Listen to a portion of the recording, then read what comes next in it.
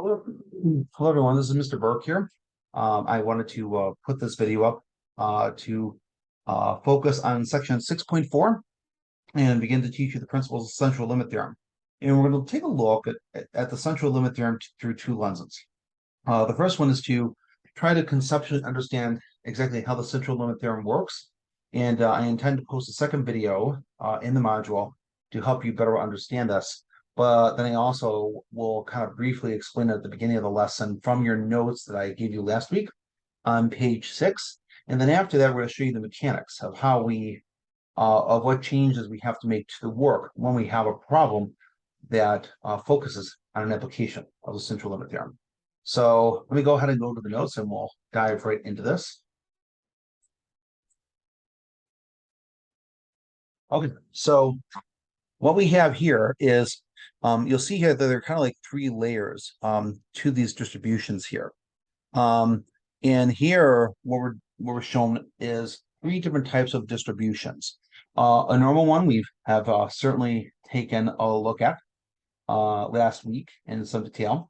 A uniform distribution where the probability of each event is equal, so the height of this would all be equal. And then a U-shaped distribution, which is another type of distribution where you see the high values at the ends and much lower values at the middle. So what we'll notice here in the next level, if they say, well, what if n is equal to 10? Then what we begin to do is we begin to look at a sample mean of each of the values. So what we do is we collect 10 data values from a normal distribution. We take a look at 10 values we get, we add them all together and then divide by 10, which is how we calculate a sample mean. And then what we do is we take each of these dots here. Each of these dots represents a sample mean for this. And you'll notice here that these dots come closer and closer together. They don't tend to be at the ends, they concentrate in the middle. That's true whether it's a normal distribution, a uniform distribution, even a U-shaped distribution, because remember, we're not looking at the individual values now. We're taking 10 of these individual values, and we notice that the means begin to concentrate in the center. Because like if you were to take 10 values from this, maybe out of 10, you get 3 1s, maybe you get 3 6s, maybe a 5, a 4, and 3 and a 2. Well, the mean of that's going to be 3, or 3.5, I should say. And that's going to concentrate pretty much in the center there. So if we have n equal to 10, we take the sample mean, we take the mean of those 10 values to come up with a sample mean, and those gravitate more toward like a normal distribution. When n is equal to 50, which is about the value we usually require for a distribution to be normal, we notice here that this pretty much resembles a normal distribution. This pretty much resembles a normal distribution. This pretty much represents a normal distribution, or as we like to say, they are approximately normal, which if we are working with 30 pieces of data, in this particular instance, in a particular kind of problem, we can usually assume that the distribution produces approximately normal. All right, so that's one thing nice about data, that no matter what the normal distribution of the individual values may be, it may be a normally distributed, or the individual values may take on an entirely different kind of distribution. If we take sample means from those individual values and we collect a bunch of sample means, the sample means will be normally distributed. And that's the real power of the central limit theorem, because it can take any sets of individual data values, and we can collect sample means, and with those sample means we can then produce another representation of that data that is normally distributed, and help to understand it a little bit of a different way. I will have another video that's going to try to show that in a little more detail, and a little more depth, but that's going to be my explanation of it for the moment, and we'll talk about this a little bit in class too. Now, in terms of the mechanics, what is going to be affected here? The particular part I want to focus on, and we're going to see how this is going to apply, is how this is going to impact the mean and how it's going to impact the standard deviation. So if we are taking a look at this. It says here, what happens if it is normally, if like the original population is normally distributed? We'll notice here that the mean of sample means is going to be equal to the mean of the individual values. So this is not going to change, and this will become clearer in the graphical representation I'm going to show in a little bit when we compare two problems. And I hope people understand that. That's the same principle down here as well. Okay. The standard deviation of sample means. Now, what can't be seen here, at least in this copy, what's here is, let me go and write this over here, is this the standard deviation of sample means.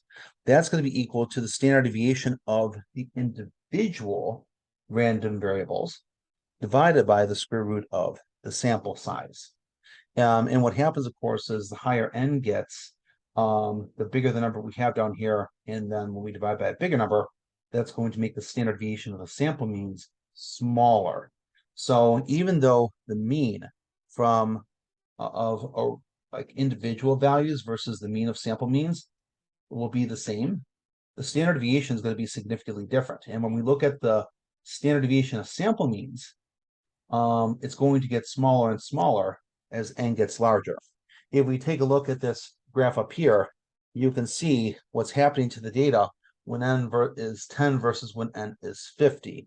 Here we have it more spread out. Here it's much closer.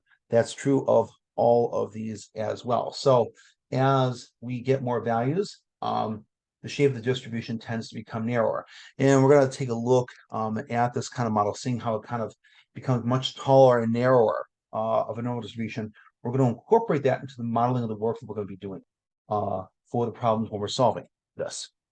You'll also notice that whether the original population, that's like the original distribution we showed, whether it's normally distributed or not normally distributed, we notice that the formulas for both the mean and then for the standard deviation, and in fact, for the z-score conversion, these are all going to be the same formulas. There's no difference in these. So now it says in the case where n is less than or equal to 30, the distribution of x cannot be approximated well by a normal distribution.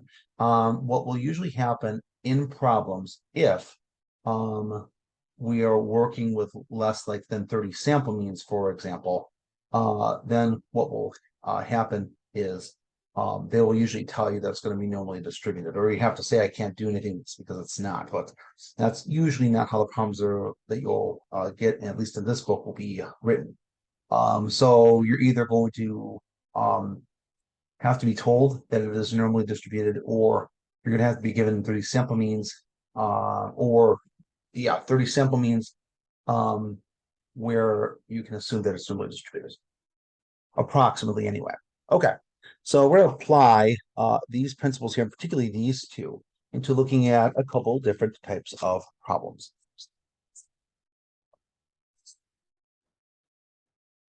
Okay, so what I want to do is I want to take a look at the problems on the last page. And I want to take a look at problems 5A and 5B. It says in 5A, if one adult female is randomly selected, find the probability that her overhead reach is less than 227. It gives the following information up here.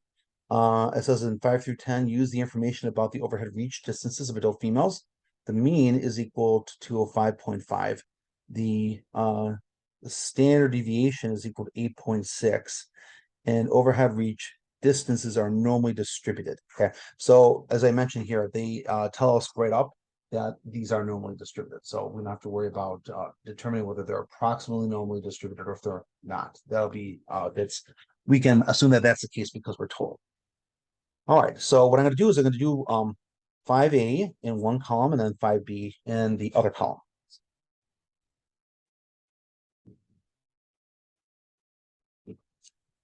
So in the first problem, we're asked to find if one adult female is randomly selected, find the probability that her overhead reach is less than 227 centimeters. So as you know from my work, we always come up with a probability statement. So in this problem, we want to find the probability that an X value, like for one person, that the overhead reach is going to be less than 227. So first thing we show in our work is to develop a probability statement to represent what is going on. So I'm going to put a line here and indicate that. The next part of our work, you'll know based on the work we did last week, is I want you to draw a representation of a normal distribution with the information that's provided. So when we draw this, remember what are the requirements I asked you to do for this. So I'm going to draw a horizontal line. This one I'm going to label with an X because we're looking for like random individual X values.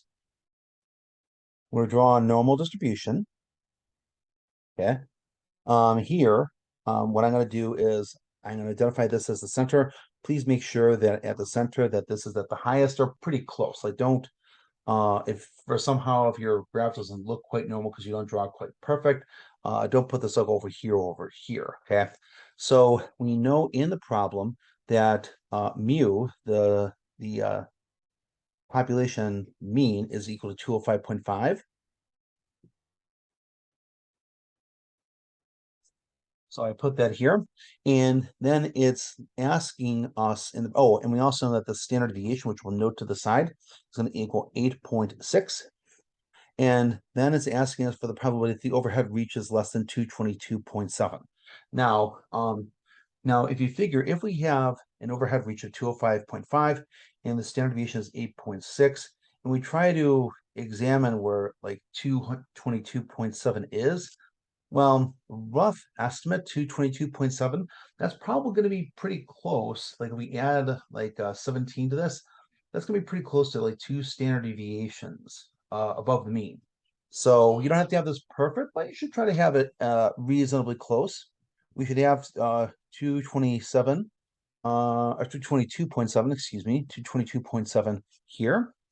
And then we want to make sure that we are shading the side that represents the probability of X being less than 227, which is going to correspond with the area. So remember one idea we talked about in the video last week, as well as the classes of the line, we talked about that the area under the normal distribution is going to correspond with probability.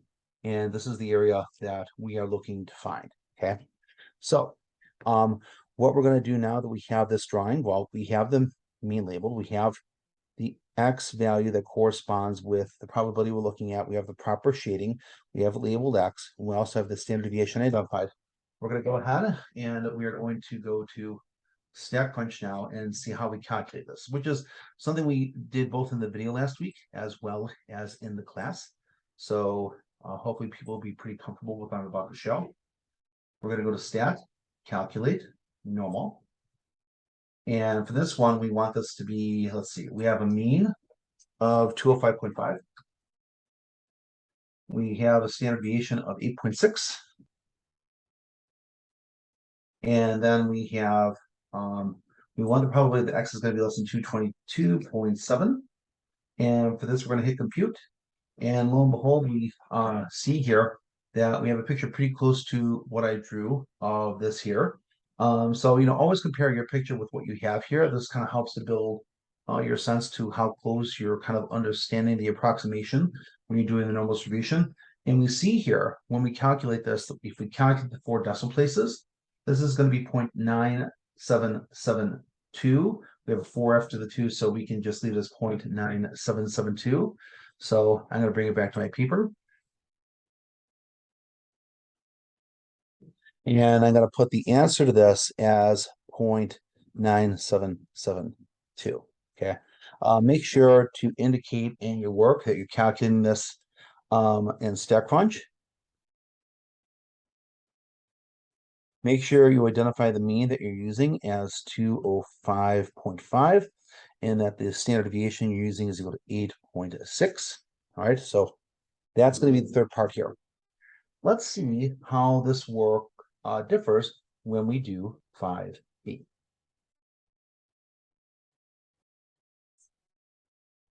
So when we're doing 5b, let's see what the question reads. If 49 adult females are randomly selected, find the probability that they have a mean overhead reach of less than 207 centimeters. Okay, so In this case, what we're looking at this problem is n is going to equal 49. It's now it wants the probability of a mean overhead reach. So we want the probability that x bar is going to be less than 207.0. So that's what we're going to be looking at. We're looking at the probability of not x, not of one day, but the sample mean of 49 different people being less than 207. So given that information here, let's go ahead and take this back now. So the first thing we're going to do is create a probability statement. In this probability statement, we're not going to look at the probability of a random x variable being a certain value. We're looking for the probability of a sample mean being less than 207. So notice here that where is this differing in terms of the work? The big difference in our probability statement is here, this is an individual value that we're finding the probability of obtaining. Here, we're looking at the probability of obtaining a sample mean.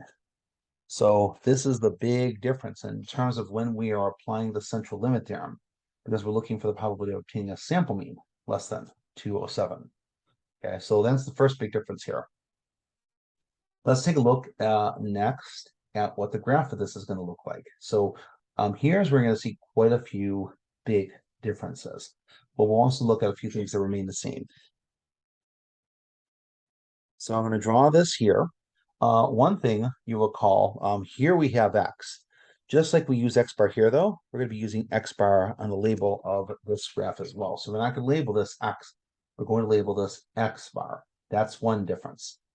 Second big difference, just like on the notes from the previous page, where you begin to see the normal distribution become much taller than what we're usually accustomed to. Now, in truth, it would usually kind of take the same shape, but we would change the scale of this. But to kind of demonstrate this, to show that we are being cognizant of the standard deviation being smaller, in comparison to this, I like to try to maintain the scale and then draw this as a taller and thinner version of the normal distribution. Now, so that's going to be different because the standard deviation is going to change. We're going to take a look at that in just a moment. Next thing here, we want to label what the mean of the sample mean is. So I'm not going to put this as mu. I'm going to put this as mu x bar. So this is a mean of the sample means. And based on what we looked at here a little bit ago, you can see in the notes here is that the mean of the sample means is equal to the mean. So this mean and the mean of the sample means is going to be the same value. That's not going to change. So that's going to remain the same. The next thing they tell us is we want to know the probability that x is going to be less than 207. Well, before we put down 207, let's see if we can figure out what the standard deviation is going to be in this case. We know we want to find what the standard deviation of the sample means is going to be. And based on the work we saw on the formula sheet we just looked at this a moment ago, the standard deviation of the sample means is going to be equal to the standard deviation for the individual values divided by the square root of the sample size. So that being the case, this is going to be equal to 8.6 divided by the square root of 49. And if we take, hopefully most of you will recognize that if we take the square root of 49, the square root of 49 is going to be 7. So this will be equal to 8.6 divided by 7. And then 8.6 divided by 7 is going to be equal, as we round this to the nearest one decimal place, this is going to be equal. Now, probably what we want to do is we probably want to try to get this a little more accurate as possible. So the calculation I come up with this is a 1.2285. For the purpose of making sure we get this as accurate as possible, let's go around as 3 decimal places, and which means that I'm going to make this equal to 1.226. Okay. Just remember when you're putting this in Stack Crunch, it's going to be asking for the area being as accurate as possible to 4 decimal places. In Stack Crunch, we might be able to just put in as 88 divided by 7, in which case if we can, or 8.6 divided by 7, in which case, if we can do that, we'll use that because that'll be the most accurate result.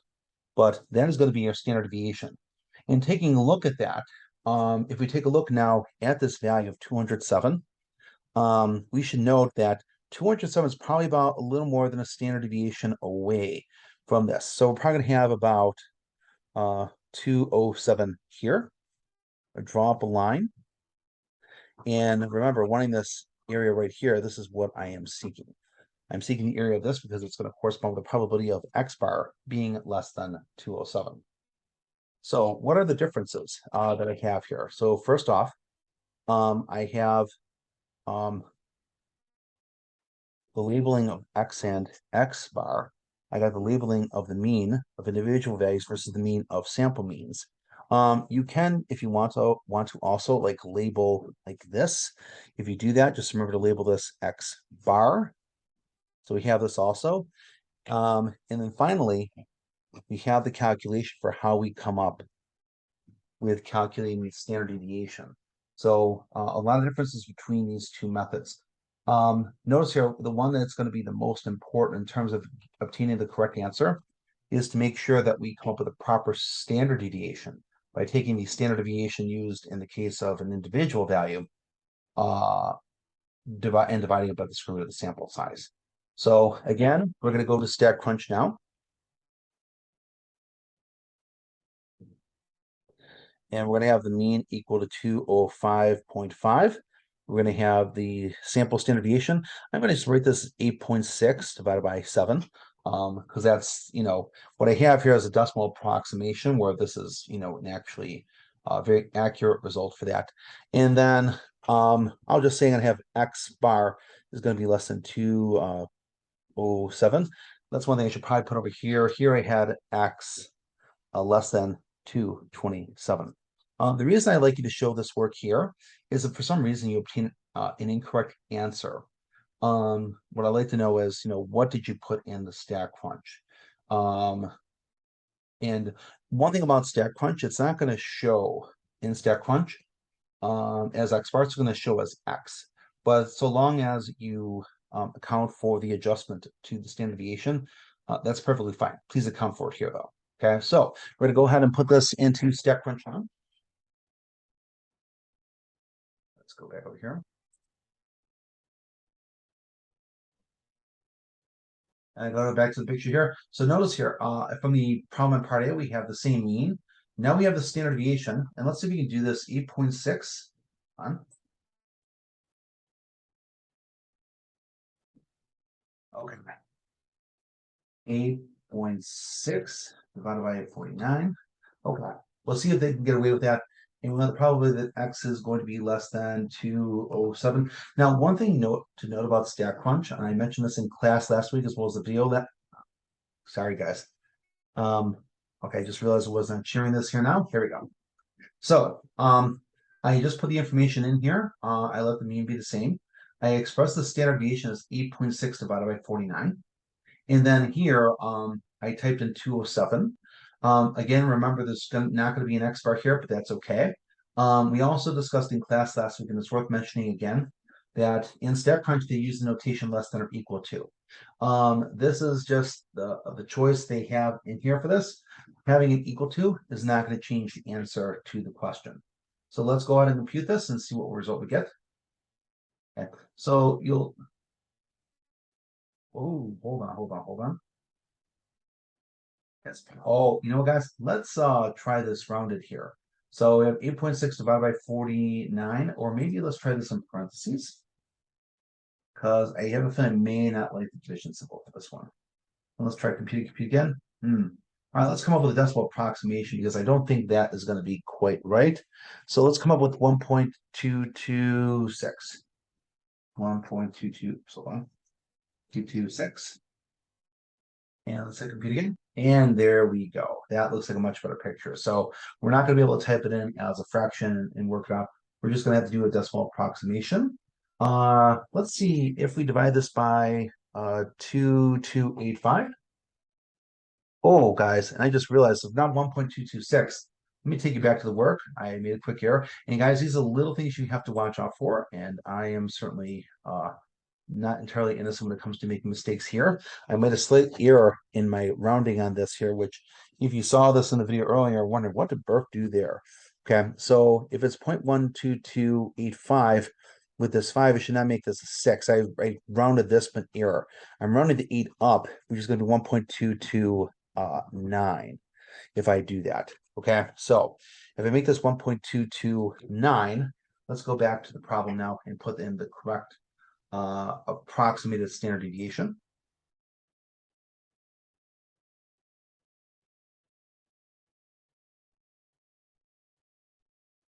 All right, let's try this again. And we see here, we have here a bit of a difference. This is going to say 0.88886, so this is going to be 0.8889 for the final answer to this here. So in terms of an answer for probability, it's going to be 0.8889 for the final answer to this question here. I'll show how it's written on my sheet. So yeah, for the probability of obtaining a result of getting a sample mean less than 207 is going to be about 80, pretty close to 89%, basically. So like 80.9% or 0.8889%. So almost the same as obtaining an individual value like less than 227. The reason why, remember, take a look at the standard deviation. For this one, it's only about 1.229, like a little more than 1.2%, 1.2.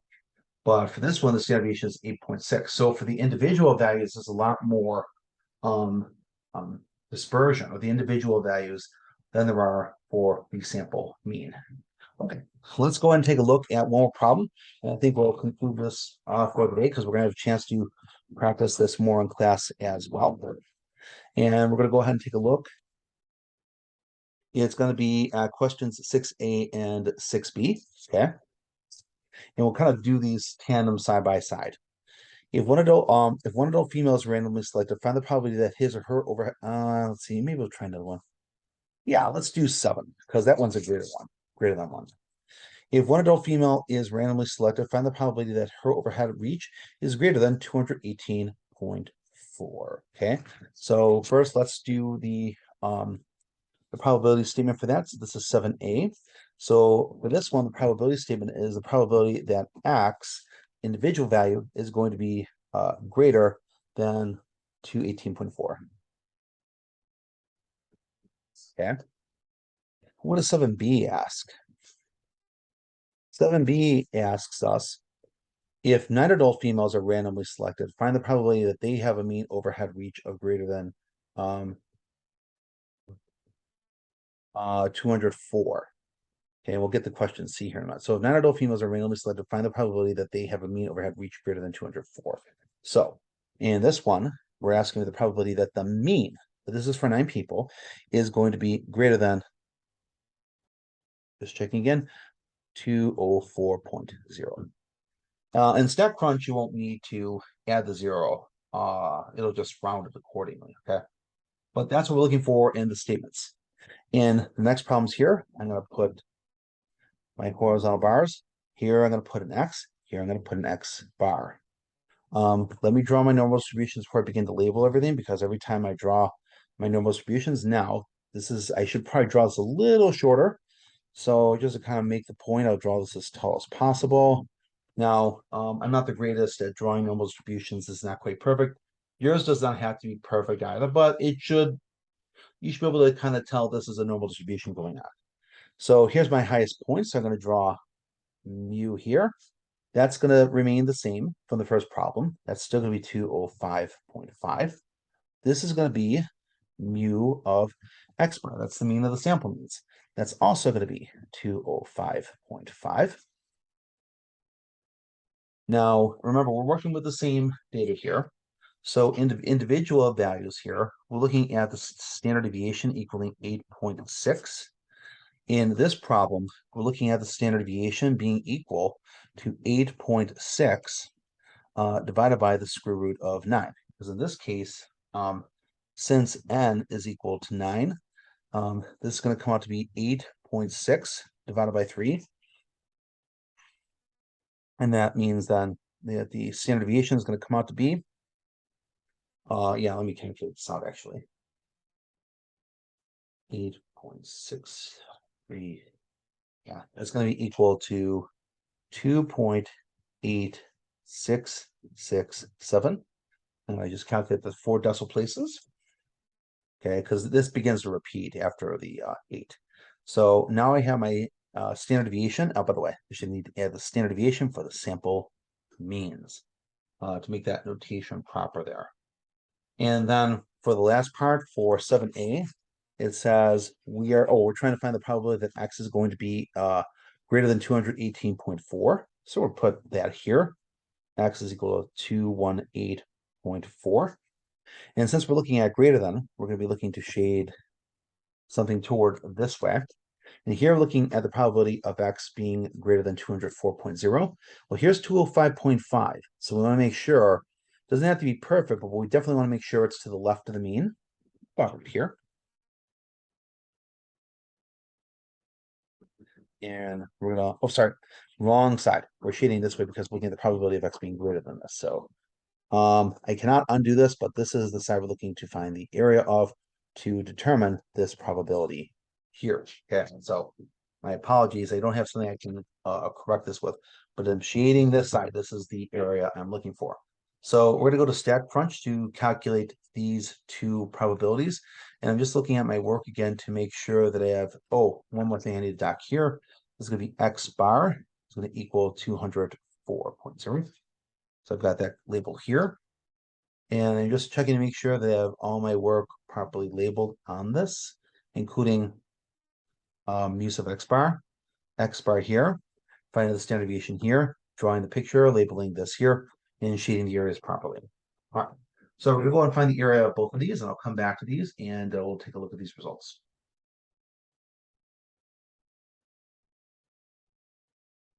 So we're going to do the first one now. The mean is still going to be 205.5. The standard deviation for the first one will be 8.6. And we're looking at the probability that x is greater than, make sure to turn that around, is going to be greater than 218.4. And we're hit compute. And the probability of that, notice is going to be 0.0668. So that's going to be 0.0668. Not a real high likelihood.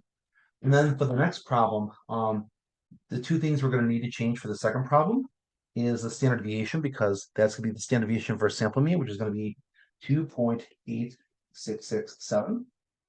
And then we want to find the probability that x bar is greater than 204. And the drawing of this is pretty close to what I had. And that probability, now take a look. Now this one I'm going to just write down the whole thing as is. And let's take a look at the rounding of this, because the rounding of this is kind of tricky. Okay, so I'm going to bring this over as is. I'm going to include all the decimal places. All right. So I'm going to write this down. It's going to be 0.69, it's going to be 69959976. Just bring over the whole thing, and then we'll take a look at the rounding of this, and we will conclude the video. All right, so in this particular problem here, we want to round to 4 decimal places, and then we want to see what happens with this number here. Right, yes, okay, so actually this is not as bad as I was anticipating, but if you're going to round to 4 decimal places, be careful with this. So underline the 4 decimals, circle the 5th number because this is the rounding number. That's going to tell us what's going to happen in this problem. So if this is a 9, that means I'm going to take this 5 and round it up to a 6. So this probability is going to be 0.6996. And that's going to be the final answer for 7B. So when you're doing work with the central limit theorem, and we're definitely be practicing this more in class, a few things you really want to pay attention to. The first one, how do we write our probability statements? The second one, how we label the normal distribution graphs.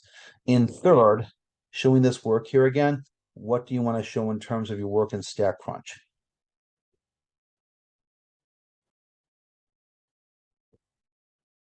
You want to show what mean you put in. And by the way, I just want to make a, I just saw this up here. I use the, oh goodness, I use this both times. So guys, a correction on this. I meant to put this as mu here, and I put this as a standard deviation. I apologize for that. And then over here, I need mu of x bar. So I made a strategic error in the work I was showing in. So I apologize for that. So that should be mu. That should be mu of x bar. So if you're looking at that and wondering, I'm going to make sure to include a note um, um, with the posting of the video to say that I make a correction in some of the work toward the very end of the video so that you can anticipate that coming. So in StatCrunch, what are we going to use here? We're going to use that mu is equal to 205.5. Here for StatCrunch work, I have mu of x bar equaling 205.5. That's going to be the same. Here, the standard deviation is going to equal 8.6. Here, the standard deviation of x bar is going to equal 2.8667. And then finally, what we're using in this is going to be x is going to be greater than 218.4. And here, this is going to be x bar is greater than 204. Well, that's the work that you're going to show. I hope you find this video helpful. I'm going to take a better look at this lesson on Wednesday. Thank you.